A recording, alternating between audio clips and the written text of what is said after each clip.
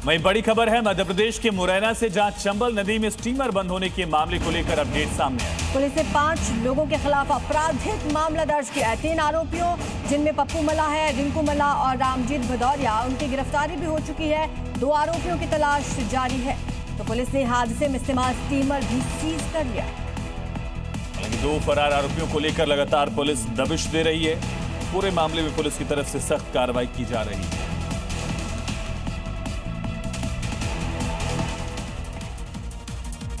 और चलिए आगे बढ़ते हैं, दिखाते हैं 5 राज्यों से आई बड़ी खबरें।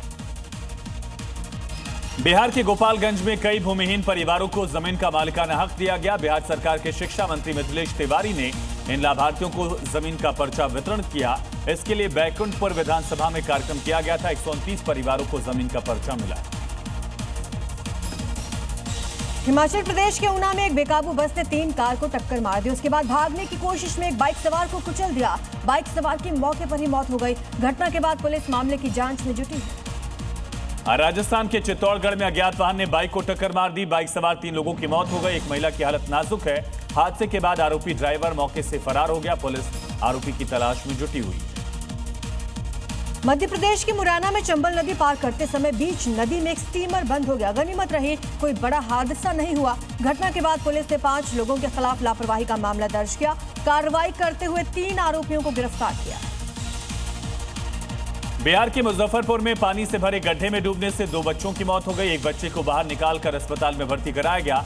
खेलने के दौरान तीनों बच्चे गड्ढे में नहाने गए थे, जहां डूबने से 2 की मौत हो गई।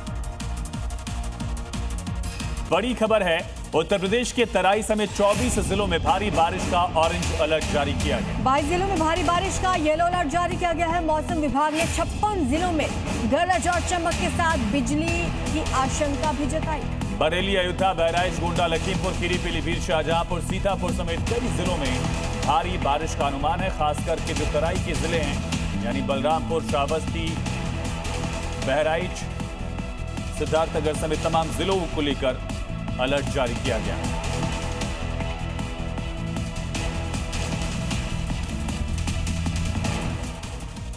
इधर गंगा नदी और यमुना नदी का जलस्तर लगातार बढ़ता जा रहा है। वाराणसी से प्रयागराज तक बाढ़ का खतरा मंडरा रहा है। वाराणसी में गंगा का जलस्तर बढ़ने के बाद प्रशासन ने नाव के परिचालन पर रोक लगा दी। वाराणसी में बाढ़ की चेतावनी के बीच गंगा का जलस्तर तेजी से बढ़ रहा है। जलस्तर में लगातार हो रही बढ़ोतरी को देखते हुए प्रशासन ने एहतियातन नावों के संचालन पर रोक लगा दी है। घाटों और आसपास के निचले इलाकों में रहने वाले लोगों को सतर्क रहने की सलाह दी गई है। प्रशासन जलस्तर और बाढ़ की स्थिति पर लगातार नजर बनाए हुए है। वहीं प्रयागराज में भी गंगा और यमुना का जलस्तर तेजी से बढ़ रहा है। संगम क्षेत्र के आसपास रहने वाले तीर्थ पुरोहितों की कई कुटिया पानी में डूबने लगी हैं।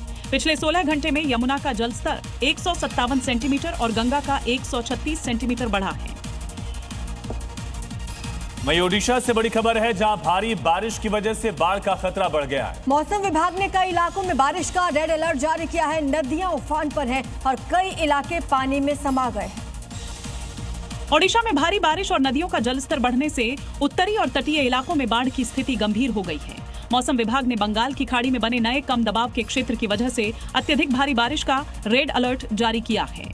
राज्य सरकार ने हाई अलर्ट घोषित कर दिया है। अधिकारियों के मुताबिक अब तक 2.37 लाख से ज्यादा लोगों को सुरक्षित स्थानों पर पहुंचाया गया है। भद्रक जिले के 5 ब्लॉकों में जलभराव की वजह से 271 स्कूलों को आज बंद रखने का फैसला किया गया है।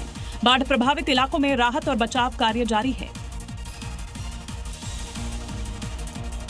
और ओडिशा में भारी बारिश के बाद बाढ़ जैसे हालात बन चुके हैं। स्कूलों को भी इसने अपनी चपेट में ले लिया है। केंद्रपाड़ा के स्कूल में बाढ़ का पानी घुसने से 300 से ज्यादा छात्र प्रभावित हुए। इनकी सुरक्षा को लेकर प्रशासन अब रेस्क्यू ऑपरेशन शुरू कर रहा है। ओडिशा के केंद्रपाड़ा जिले के पट्टामुंडई में मौजूद कुलसाही आश्रम विद्यालय में बाढ़ का पानी घुसने से 300 से ज्यादा छात्र प्रभावित हुए हैं। लगातार बारिश और जलस्तर बढ़ने की वजह से विद्यालय परिसर में पानी भर गया है, जिससे छात्रों और शिक्षकों को भारी परेशानी का सामना करना पड़ रहा है। हालात को देखते हुए प्रशासन ने राहत और जरूरी मदद की व्यवस्था शुरू कर दी है। प्रभावित छात्रों के लिए खाना, पीने का पानी और दूसरी जरूरी सामान मुहैया कराने की कोशिश की जा रही है। और यूपी के अमरोहा से खबर है, जहां गंगा एक्सप्रेसवे की सड़क बारिश के बाद धंस गई। दरअसल एक पुलिया के ऊपर सड़क का हिस्सा धंस गया है, जिसकी वजह से गहरा गड्ढा बन गया है। इसका वीडियो भी सोशल मीडिया पर वायरल है। तस्वीरें आपको दिखाएंगे। सूचना जैसे ही मिली, अधिकारी मौके पर पहुंचे, बैरिकेडिंग वहां पर कर दी गई। जेसीबी और बुलडोजर के जरिए सड़क की मरम्मत शुरू की गई है। सड़क धंस गई, गहरा गड्ढा बन गया। लगातार बारिश के बाद इस तरह की तस्वीर सामने आई।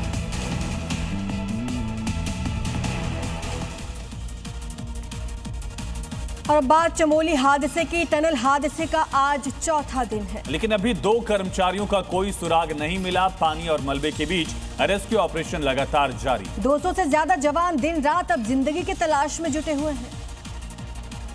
उत्तराखंड के चमोली के पीपलकोटी में टीएचडीसी की निर्माणाधीन टनल में 13 अगस्त को हुए हादसे के बाद लापता 2 कर्मचारियों की तलाश चौथे दिन भी जारी है।